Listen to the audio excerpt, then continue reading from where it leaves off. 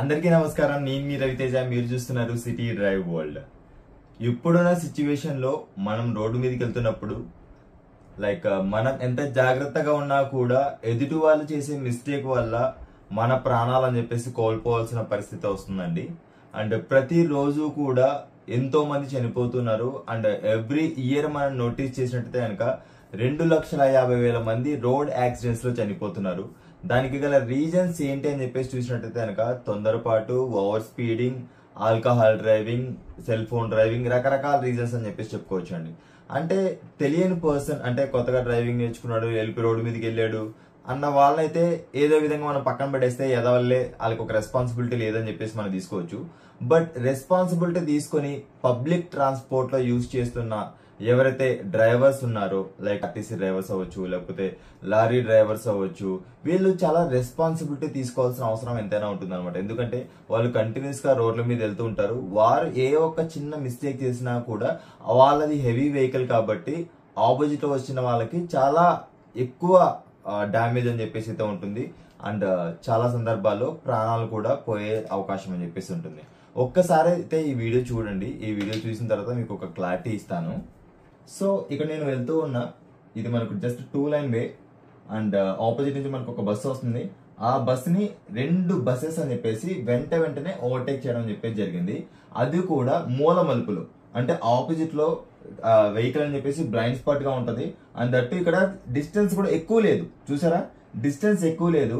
Alert అయ్యే లోపే fraction of second లోనే అలర్ట్ కనుక కాకపోతే ఆ బస్సు నా కార్ మీదకి అని చెప్పేసి వచ్చేది అనమాట. అండ్ ఆ తర్వాత ఆ వెహికల్ అయితే ఓవర్టేక్ చేసుకుని వెళ్ళి ఆ బస్సును ఆపి ఆ వ్యక్తితో,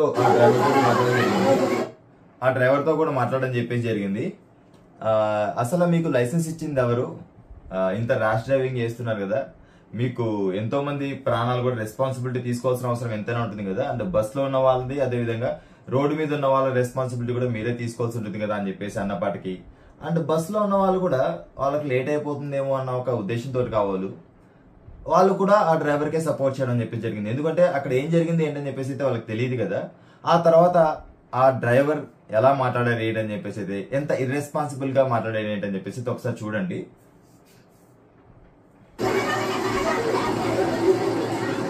నీ పేరేంది? నీ పేరేంది? నీ ఐడి కార్డు చూపించు. చూపించేయమని చెప్పు. చూపించవా?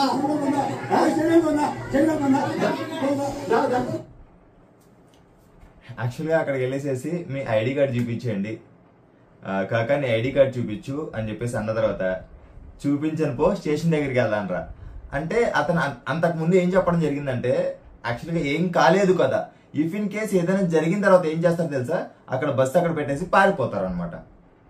సో దట్ ఇలాంటిది, అంటే ఈ విషయాన్ని మనం కాసేపు పక్కన పెడితే, సో దట్ ఇది యాక్చువల్గా ఆ పర్సన్ డ్రైవ్ చేసిన బస్ అనమాట, AP22Z0073. అండ్ ఈ వీడియోని సజ్జనర్ సార్ దగ్గరికి వెళ్ళేంత వరకు కూడా, ఆయనకు రీచ్ అయ్యేంత వరకు కూడా వీడియోతో షేర్ చేయండి. TGS RTC అనగానే మనం సురక్షితమైన ప్రయాణం అని చెప్పేసి అనుకుంటుంటాం కదా. ఇలాంటి వారి వల్ల ఆ TGS RTCకే ఎంతో చెడ్డ పేరు వచ్చే అవకాశం అని చెప్పేసి అయితే ఉంది. దాంతో పాటు కూడా ఈ బస్సు సంబంధించిన ఫిట్నెస్ అవి అయితే మనం ఒకసారి చెక్ చేద్దామండి.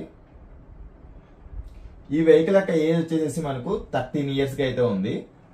అండ్ తర్వాత ఈ వెహికల్ సంబంధించిన ఫిట్నెస్ అవి మనం నోటీస్ చేసినట్టయితే కనుక, ఓకే, రిజిస్ట్రేషన్ వచ్చేసి మనకు 15th May 2012 అయింది. అండ్ ఫిట్నెస్ వ్యాలిడ్ 04 May 2024, అంటే లాస్ట్ ఇయర్ కే ఫిట్నెస్ అని చెప్పేసి అయితే ఖతం అయిపోయింది. అండ్ ఇన్సూరెన్స్ చూసినట్టయితే కనుక 19 May 2014, అంటే ఈ వెహికల్ యొక్క ఇన్సూరెన్స్ చెయ్యక దాదాపుగా 11 సంవత్సరాలు అవుతుందండి.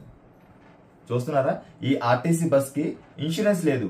ఇఫ్ ఇన్ కేస్ ఆ కార్ లో ఆ బస్ లో ప్రయాణిస్తున్న వాళ్ళకి ఏదైనా జరిగినా, ఆపోజిట్ లో వచ్చిన వాళ్ళకి ఏదైనా జరిగినా కూడా, ఆ బస్ నుంచి ఏదైనా డ్యామేజ్ సంబంధించిన ఏదైనా చూద్దామన్నా కూడా ఇన్సూరెన్స్ అని చెప్పేసి లేదు. దీంతో పాటు కూడా PUC కూడా ఈ వెహికల్ కి అయితే లేదు. ఇలాంటి ఫిట్నెస్ లేని బస్సెస్ ని రోడ్డు మీదకి తీసుకుని వస్తున్నప్పుడు ఎంతో జాగ్రత్తగా అని చెప్పేసి చేయాల్సిన పరిస్థితి ఉంటుంది అనమాట ఇలాంటి డ్రైవర్స్ కి. అంటే నేను డ్రైవర్స్ ని ఇక్కడ ఎట్టి పరిస్థితుల్లో కూడా నేను తక్కువ చేయట్లేదండి, చాలా వాల్యూ ఇస్తాను నేను డ్రైవర్స్ కి.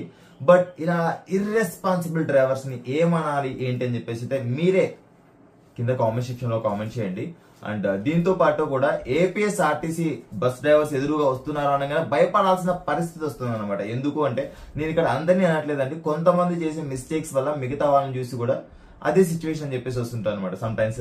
అండ్ ఎందుకు అంటే లైక్ ఏదైనా ఒక ప్రమాదం జరిగినప్పుడు లేదా ఒక పర్సన్ కి ఏం, కార్లో ఉన్న పర్సన్స్ కి ఏం కాలేదు, కారు కనుక మేజర్ డ్యామేజ్ కనుక అయితే ఏమవుతుందంటే పోలీస్ స్టేషన్ కి వెళ్తారు. అక్కడ పోలీస్ స్టేషన్ లో ఒక రూల్ అని చెప్పేసి ఉంటుంది అనమాట మన ఇండియాలో.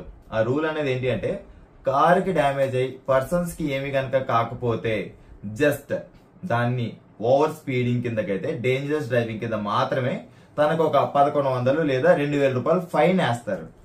అంతకు మించి ఇంకా వేరే యాక్షన్ తీసుకోవడానికి అని చెప్పేసి ఏమీ లేదు. అండ్ అంతకుమించి ఏం చేస్తారు, ఇన్సూరెన్స్ క్లెయిమ్ చేసుకోపోండి అని చెప్పేసి మనకే అక్కడ సర్ది చెప్పి పంపించే ప్రయత్నం అని చెప్పేసి చేస్తారు. ఎందుకు అంటే ఆయన కూడా గవర్నమెంట్ ఎంప్లాయ్, తను కూడా ఒక గవర్నమెంట్ సంబంధించిన ఉద్యోగి కాబట్టి తనకే సపోర్ట్ గా వెళ్ళడం అని చెప్పేసి చాలా సందర్భాల్లో నాకు ఎంతో మంది మన ఫాలోవర్స్ కూడా ఇలాంటి బాధితులు అని చెప్పేసి పంపించడం చెప్పేసి జరిగింది, ఇలాంటి వీడియోస్ కూడా. అండ్ ఏపీఎస్ ఆర్టీసీ లేదా టీజీఎస్ ఆర్టీసీ బస్సెస్ ని ఎవరైతే డ్రైవ్ చేస్తున్నారో వారు కూడా దయచేసి అర్థం చేసుకోండి, ఎంతో మంది ప్రాణాలు మీ చేతుల్లో ఉంటాయి, ఆపోజిట్ లో వస్తున్న వారి ప్రాణాలు కూడా మీ చేతుల్లో ఉంటాయి. కాబట్టి తగిన విధంగా మీరు కూడా జాగ్రత్తగా ఎంతో కాన్షియస్ గా రెస్పాన్సిబిలిటీగా డ్రైవ్ చేయాలని చెప్పేసి అయితే నేను నా వైపు నుంచి కోరుకుంటున్నా. అండ్ సజ్జనార్ సార్ కనుక ఈ వీడియో చూస్తే, సార్ ప్లీజ్ ఫిట్నెస్ లేని వెహికల్స్ ని దయచేసి రోడ్డు మీదకి వస్తున్నప్పుడు జాగ్రత్తగా చూసుకోండి. ఎందుకంటే ఫిట్నెస్ లేకుండా రోడ్డు మీదకి రావడం అనేది ఒక క్రైమ్. అండ్ మేము ఫ్లైఓవర్ పైన 40 వెళ్లాల్సింది కాస్త బై మిస్టేక్ డౌన్ వచ్చినప్పుడు 45 కిలోమీటర్ స్పీడ్ వెళ్తేనే మాకు డేంజరస్ డ్రైవింగ్ అని చెప్పేసి మాకు కార్స్ గానీ బైక్స్ గానీ 1500 రూపీస్ ఫైన్ వేస్తారు. 1300 నుంచి 1500 రూపీస్ అని చెప్పేసి ఫైన్ వేస్తారు. ఎన్నో సందర్భాల్లో అలా పే చేసిన ఇది కూడా ఉంది. సో దట్ ఇలాంటి వెహికల్స్ ని ఇది డేంజరస్ డ్రైవింగ్ కాదు అని చెప్పేసి మీరు అంటారా? ఒకసారి దయచేసి మిమ్మల్ని మేము రిక్వెస్ట్ చేస్తున్నాం. అండ్ ఏవైతే ఫిట్నెస్ లేని వెహికల్స్ ఉన్నాయో దయచేసి వాటి ఫిట్నెస్ టెస్ట్ చేయించండి. అవి నిజంగా ఫిట్నెస్ ఉన్నాయా లేదా. ఇఫ్ ఇన్ కేస్ ఆ వెహికల్ కనుక అప్పుడు బ్రేక్ ఫెయిల్ అయ్యో ఏదో అయ్యిందో కనుక మా కార్ మీదకి వచ్చింటే, మా కార్ లో టోటల్ గా 7+3 చిన్న పిల్లలు ఉన్నారండి. మా పరిస్థితి ఏంటో ఒకసారి ఊహించుకోండి.